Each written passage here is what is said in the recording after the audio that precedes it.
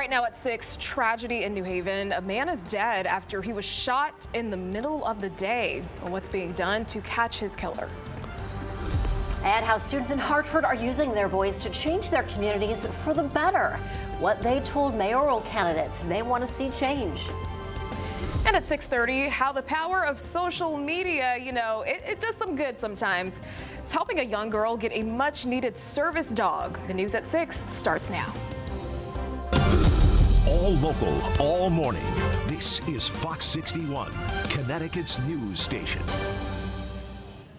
Good morning. Happy Friday. Thanks for starting yours off with us here at Fox 61, America Areas. And I'm Symphony Privet. Hope you're having a great start to the day so far. A foggy start on this Friday morning.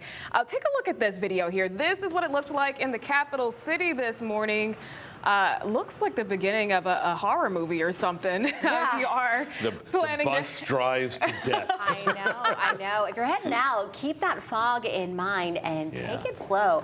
I was driving in. I thought this is the worst fog I've seen in a really long time. I tried to take a picture, but the picture never turns out. Right. Doesn't really capture how serious it actually is. But I was like, whoa. Yeah, it's tough out there. And do you have a lot of hills coming in the way you? Yeah. Well, maybe just like a little one. Because I go through the Durham Valley area where the Durham Fair is. It's kind of like a bowl, and often you see the fog just settle in, and it just looks like a big bowl of yuck.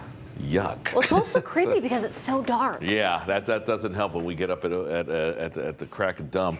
We have a forecast that's not bad once we burn the fog off. Foggy start to the day. It's the mildest day of the week, and we'll sum up the weekend with one word, and that is yuck. I don't know if we spelled it right, but I don't think it matters. There's your visibility now. It's not great. A quarter mile in the Naugatuck Valley, Meriden at a half mile, 0 at Chester, Hartford at a mile and a half. So you just saw the video. That's what it looks like. That's what a mile and a half vis looks like. 45 in Hartford, 47 in New Haven, 43 in Groton. We will burn off this fog once we get the clouds, or rather the winds, churning it up a little bit, and that sun will help burn it off as well. And there will be sun. They've got a little bit of cloud coverage down in Fairfield County. The rest of us are okay above the fog, but the clouds are going to fill in advance of this rainmaker that's coming your way for tomorrow. And so let me show you the numbers for tonight. You see they stay warm, but this is the critical part. A lot of folks want to know, is it going to be raining when you head out tonight? I think you're fine. Overnight is when the rain's going to begin, but look at that, 4 in a row for rain.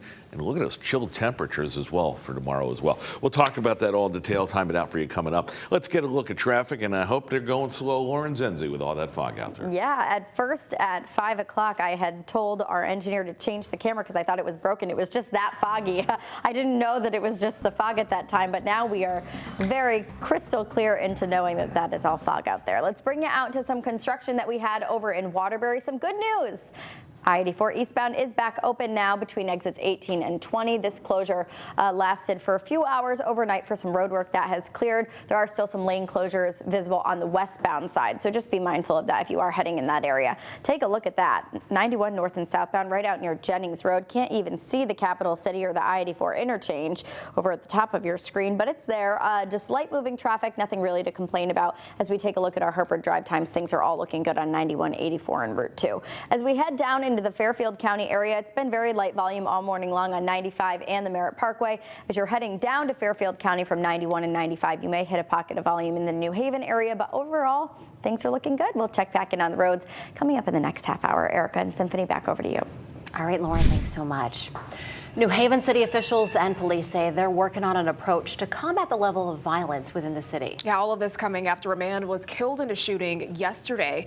Fox 61's Brooke Griffin joining us live in New Haven with more from city leaders this morning. Good morning, Brooke.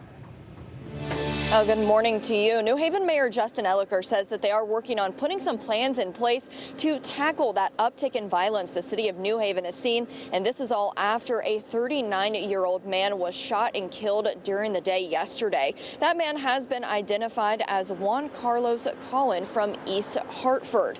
Police say this is the city's 10th homicide just this year.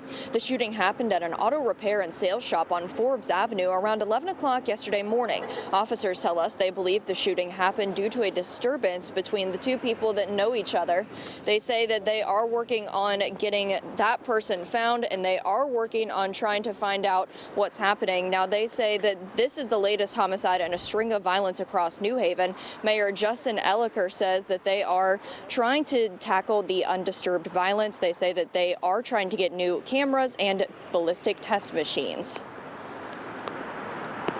Obviously, this is something that is unacceptable, and we are doing everything we can to respond to the challenges around violence in the city that we're experiencing. And there has not been any sort of arrest made in this case so far that we know of. We are hoping to get an update later today. We will have more information as soon as we can get that out to you. Live in New Haven, Brooke Griffin, Fox 61, Connecticut's news station. Well, to Waterbury now, where a student is facing charges after he's accused of bringing a gun to school. Police say 18-year-old LaShawn Nance had a firearm in his backpack at Crosby High School. This all happening yesterday. Crosby High and nearby Wallace Middle School were both put into lockdown as a precaution. One parent says the issue of young people and guns is much bigger than Waterbury schools. How he got his hands on the gun, okay? The gun came from someplace.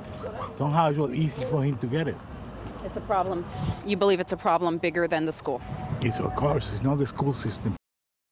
In a statement, a spokesperson for the district said, quote, the Waterbury Police Department and WPS have a strong relationship and work vigorously in these circumstances to provide extra safety and police presence when a tip occurs. Hartford police investigating after a man was shot last night on Zion Street. This happened near Pope Park around 5:30 p.m. The man was treated at the hospital and is expected to be okay.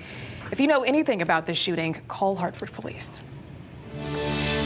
Hartford's mayoral candidates answering questions from young people in the community. Yeah, students and teens had the chance to ask them how they'll handle issues most pressing to the younger community if they are elected. Fox 61's Lindsay Kane joining us in the studio this morning with all the details. Hey, Lindsay. Hi, good morning. Well, of those issues the teens highlighted, gun violence in their community is the biggest issue, an issue they want to see answers and solutions for. Now, last year, the city of Hartford had the highest homicide rate since 2003. This year already, gun violence is still plaguing the streets. Just last week, a 12-year-old girl was killed in a drive-by shooting. Now, the forum last night heard from several students from the city, many of them born and raised in Hartford.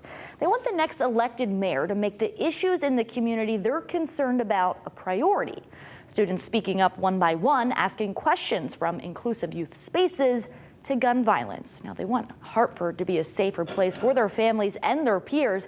And right now, many of them aren't feeling so safe. Last year, there were 39 homicides and 136 non-fatal shootings. Now, this year already, there have been 7 homicides. Again, one killing a Hartford 7th grader just last week, Secret Pierce, who was sitting in a parked car, caught in the line of fire of what police say was a drive-by shooting. I think that if you want a change, or you want to see a change, or you want to be a part of the change, you have to use the voice that is given to you, and you have to vocalize the things that you want. Students not only asked about the questions, they served as moderators and timers as well. Now, coming up in the next hour, hear more from students on how they hope their voices make a difference. Erica and Symphony will send things back over to you. All right, Lindsay, thanks so much. A new for you this morning, West Hartford Public Schools and West Hartford Police are warning parents and students about a dangerous social media trend. They say in recent weeks, the district has gotten reports of students utilizing toy guns filled with these gel beads. They're often referred to as Orbeez. Now, the Orbeez challenge encourages young people to use the toy guns to shoot the water beads at other people and property, like cars. In a statement, the district and the police department says devices like these, albeit a toy, can cause serious harm to individuals as well as property. We cannot overstate the dangers involved when individuals decide to participate in these behaviors. They also say they plan to reinforce this message with students in the coming days and weeks. The state regulator is extending a ban on utility companies from shutting off customer services. Pura announced it was extending the moratorium on hardship utility shutoffs through the end of October.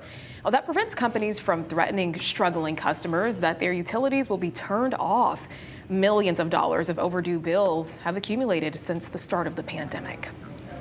Alrighty, 6:10 now. Turning to some sports news this morning. Connecticut native Will Levis went unselected in the first round of the NFL draft. It was highly anticipated that he would be drafted last night. There was even a watch party at his alma mater, Xavier High School over in Middletown. Look at that large crowd over there. Well, his former high school coach, Andy Guion, says that experience of not getting drafted could be a driving force for Levis moving forward. He's going to use this as motivation. And, like they were saying it tonight on the broadcast that, he plays with a chip on his shoulder. And that's true. And I think that's just going to fuel him and make him more successful down the road. Well, the NFL draft continues tonight. Rounds 2 and 3 all kicking off at 7.